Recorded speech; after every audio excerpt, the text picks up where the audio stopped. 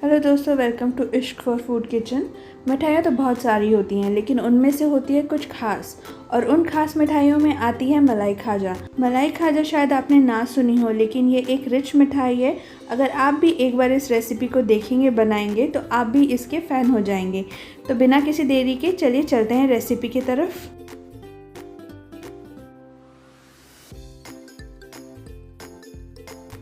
तो यहाँ मैंने 200 ग्राम मावा लिया है, उसे मैंने कद्दूकस कर लिया था ताकि वो सॉफ्ट हो जाए। उसके बाद यहाँ मैं थोड़ा सा इलायची पाउडर डाल रही हूँ ताकि इसमें एक फ्लेवर ऐड हो जाए। 2 बड़े चम्मच के करीब कुटे हुए काजू, 1 बड़ा चम्मच कुटे हुए बादाम, मीठे के लिए 2 बड़े चम्मच बूरा। अगर आपके पास बूरा नहीं है तो आप चीनी पीस के भी डाल सकते हैं। और इसको अच्छे से मिक्स कर लीजिए ताकि सब चीज़ें आपस में मिल जाएं अच्छे से। उसके बाद हम इसके छोटे छोटे पोर्शन डिवाइड कर लेंगे, या आप कहें तो छोटे छोटे लड्डू बना लीजिए इस तरह से। तो अब यहाँ पर मैंने 400 ग्राम मैदा लिया है मलाई खाजा के लिए। इसमें से कम आपके 9 मलाई खाजा बन जाएंगे। अब इसमें मैं 1 पिंच नमक ऐड कर रही हूँ। नमक से मीठे का फ्लेवर और बढ़ जाता है। अब यहाँ पर मैंने 4 बड़े चम्मच घी के ऐड कर रहे हैं। आप इसमें घी ही यूज़ करें, तेल बिल्कुल भी नहीं यूज़ करें। अब इसको हम अच्छे से मिक्स कर लेंगे ताकि घी आटे में अच्छे से मिक्स हो जाए और कुछ इस तरह से बाइंडिंग आ जाए। तो अब इसमें हम थोड़ा थोड़ा पानी ऐड करके एक टाइट आटा गूंथ लेंगे। इसको रोटी के आटे से थोड़ा सा टाइट ही रखना है। ये देखिए, इस तरह से टाइट होना चाहिए। उसके बाद इसे हम 2-3 मिनट के लिए कुछ इस तरह से हम मसल लेंगे ताकि इसमें अच्छे से स्ट्रेचेबिलिटी आ जाए। तो ये 2-3 मिनट के लिए आपको ऐसे करना होगा। उसके बाद आप इसको 5 मिनट के लिए कपड़े से ढक के रख दीजिए। तो चलिए अब हम चाशनी बना लेते हैं। यहाँ मैंने 150 ग्राम चीनी ली है, 150 ml पानी लिया है। अब हमें चीनी को तब तक ही पकाना है जब तक वो पूरी तरह से पानी में घुल जाए, और घुलने के बाद बस एक बॉईल के लिए इंतज़ार करना है। उसके बाद हमें गैस को बंद कर देना है। तो ये चाशनी तैयार है। तो अब एक हमें स्लरी बनानी होगी। तो यहाँ मैंने 2 बड़े चम्मच कॉर्नफ्लावर लिया है और उसमें थोड़ा सा घी ऐड किया है। तो कंसिस्टेंसी कुछ इस तरह से होनी चाहिए, ये हमें आगे मदद करेगी। तो 5 मिनट के बाद हमारा आटा तैयार हो चुका है। उसे थोड़ा सा स्ट्रेच कर लेंगे। उसके बाद थोड़ा सा हाथ के हेल्प से इसे सिलेंड्रिकल शेप में बना लेंगे। अब इसके हमें 2 छोटे छोटे टुकड़े काटने हैं, एक छोटी रोटी के लोई जितने। ये देखिए, इस साइज़ में होने चाहिए, ज़्यादा बड़े नहीं होने चाहिए। ये देखिए, 2 टुकड़े मैंने काट लिए हैं। इसको भी थोड़ा स्ट्रेच कर लेंगे। बेसिकली मलाई खाजा में 2 कलर होते हैं, रेड और ग्रीन, या फिर ऑरेंज और ग्रीन। तो मेरे पास प्रॉपर रेड नहीं था, तो यहाँ पर मेरे पास एक ऑरेंज रेड शेड है, उसको मैं यूज़ कर रही हूँ। लाइट ग्रीन कलर है, उसको मैं यूज़ कर रही हूँ। इसको हम इस तरह से स्ट्रेच करके अच्छे से कलर को मिक्स कर लेंगे। ये देखिए, इस तरह से स्ट्रेच करिए ताकि आपका कलर अच्छे से मिल जाए। इसी तरह से हम ग्रीन कलर को भी मिक्स कर लेंगे। अब हमारे दोनों कलर तैयार हैं। तो अब आपके हाथों ने काफ़ी अच्छे से होली खेल लिए, तो आप उनको अच्छे से धो लीजिए। तो जो आटे का बड़ा पोर्शन था, अब उस पर हम काम करेंगे। तो इसे हमें लंबाई में बेलना है और बहुत ही कम चौड़ाई में बेलना है। तो इस तरह से आप बेलते रहिए। ये काफ़ी लंबाई में बेलेगा तो आपको काफ़ी बड़ा एरिया चाहिए होगा, तो इसलिए हम इसे थोड़े थोड़े पोर्शन में बेलेंगे। तो ये देखिए, कुछ इस तरह से आपको इसे बेल लेना है। उसके बाद जो मैंने कलरफुल लोई बनाई थी, उसको मैंने थोड़े से सूखे आटे के हेल्प से लंबाई में बेल लिया है। अब इसको हमें वाइट पोर्शन पे लगाना है। तो हम थोड़े से स्टार्टिंग के डिस्टेंस पे ही इसे थोड़ा टेढ़ा करके लगाएंगे। तो उससे पहले मैंने इसमें पानी लगा लिया था और उसको थोड़ा सा इस तरह से स्ट्रेच कर प्रेस करके हम लगा लेंगे एक लोई को। अब दूसरे को थोड़े से ही गैप की दूरी पे हमें पानी लगाकर इसको भी हमें लगा लेना है। तो ये देखिए, ध्यान रखिएगा कि हमें ज़्यादा गैप नहीं करना है दोनों के बीच में, और शुरुआत में ही लगा लेना है। उसके बाद हमने जो ये कॉर्नफ्लावर का घोल बनाया था घी के साथ, उसको इस पर अच्छे से स्प्रेड कर लेना है ताकि हमारी लेयर्स अच्छे से बन पाएँ। अब उस पर थोड़ा सूखा मैदा डस्ट कर देंगे, उसको भी अच्छे से स्प्रेड कर लेंगे। अब इसका हमें एक टाइट रोल बनाना है, बहुत टाइट रोल बनाना है इसका हमें। तो थोड़ा थोड़ा करके आप इसे मोड़ते रहिए दोनों हाथ के हेल्प से, और एक टाइट रोल बनाते रहिए। तो देखिए, इस तरह से आप रोल करते करते इसे पूरी तरह से रोल कर लीजिए।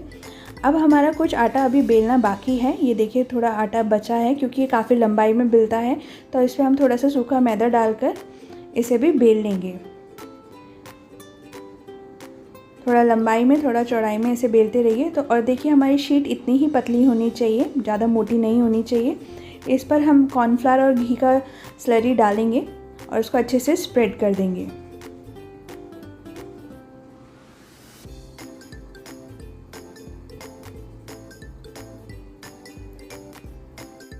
अब उसके बाद थोड़ा सा हम सूखा मैदा डस्ट करेंगे और इसको भी हम अच्छे से स्प्रेड कर देंगे और सेम प्रोसीजर के साथ इसको भी हम टाइट रोल बना लेंगे। लास्ट का आप पोर्शन कट कर दीजिए ताकि हमारे पास एक फाइन एंड आ जाए और इसको भी हम रोल कर लेंगे। इसको हल्का सा इस तरह से प्रेस कर लेंगे और थोड़े से साइड कट कर लेंगे क्योंकि वो दिखने में भी अच्छे नहीं लग रहे हैं और उनकी शेप भी अच्छी नहीं बन पाएगी। तो अब हमारे पास फाइन रोल तैयार हो चुका है। अब इसको हम 5 मिनट के लिए रेस्ट पे छोड़ देंगे। 5 मिनट हो चुके हैं। अब हमारे रोल को हमें कट करना है तो हम 1 इंच के डिस्टेंस पे इसके इस तरह से पोर्शंस कट कर लेंगे।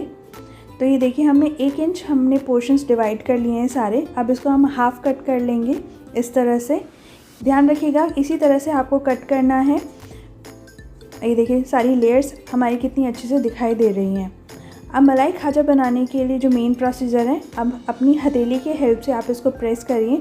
आप चाहे तो यहाँ पर बेलन भी यूज़ कर सकते हैं और आप चाहे तो अपने हाथ से भी बना सकते हैं।